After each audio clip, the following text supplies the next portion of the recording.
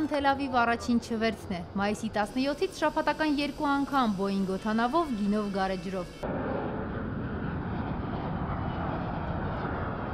Ավիաընկերությունը թռիչքի ժամերի մասին էլ է մտածել հինգշաբթի եւ կիրակի երեկոյան, որպեսզի վճարեն ընդամենը 2 գիշերվա համար։ Стоимость перевозки самая минимальная у нас. Փոխադրման նվազագույն արժեքը սկսվում է մեկ ուղղությունը 102 եվրոից։ Այդ տոմսը կարելի է ձեռք բերել թռիչքից 45 օր առաջ։ Եթե որևէ մեկն ուզում է հենց վաղը գնալ հանգստանալու, այդ դեպքում տոմսի արժեքը կլինի 375-ից 400 դոլար։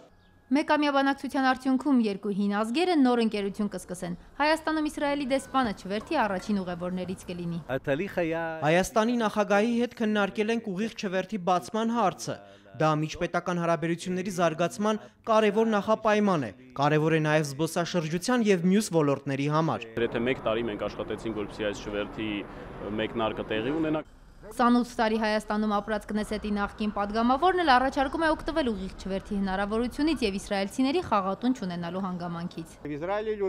Իսրայելում սիրում են խաղատուն գնալ, սիրում են լավ ուտել, համտեսել հայկական խմիչքը։ Վերջերս կարդացի, որ գինու օր է եղել։ Կարծում եմ, կարելի է միջազգային օր դարձնել ու իսրայելական գինիներ բերել։ Ավետյաց երկիր հասնելու համար կպահանջվի ընդամենը 2 ժամ։ Քրիստոսի ծննդյան եւ հարության տաճարներում լինելը նրա անցած ճանապարհով քայլելն արդեն շատ ավելի հարմարավետ է։ Եթե մինչ այս մենք ուխտագնացները կազմակերպում էինք օրինակ միկրոավտոբուսով դեպի Թբիլիսի եւ այնտեղից չվերթով դեպի Թել Ավիվ, ուղիղ չվերթի պարագայում մենք կազմակերպենք արդեն մեր ուխտավորների շատ արագ եւ հանգիստ ուխտագնությունը դեպի Իսրայել։ Չվերթի բացման անհամբերությամբ էր սպասում նաեւ Իսրայելի հայ համայնքը։ Հայաստան-Երուսաղեմ կապը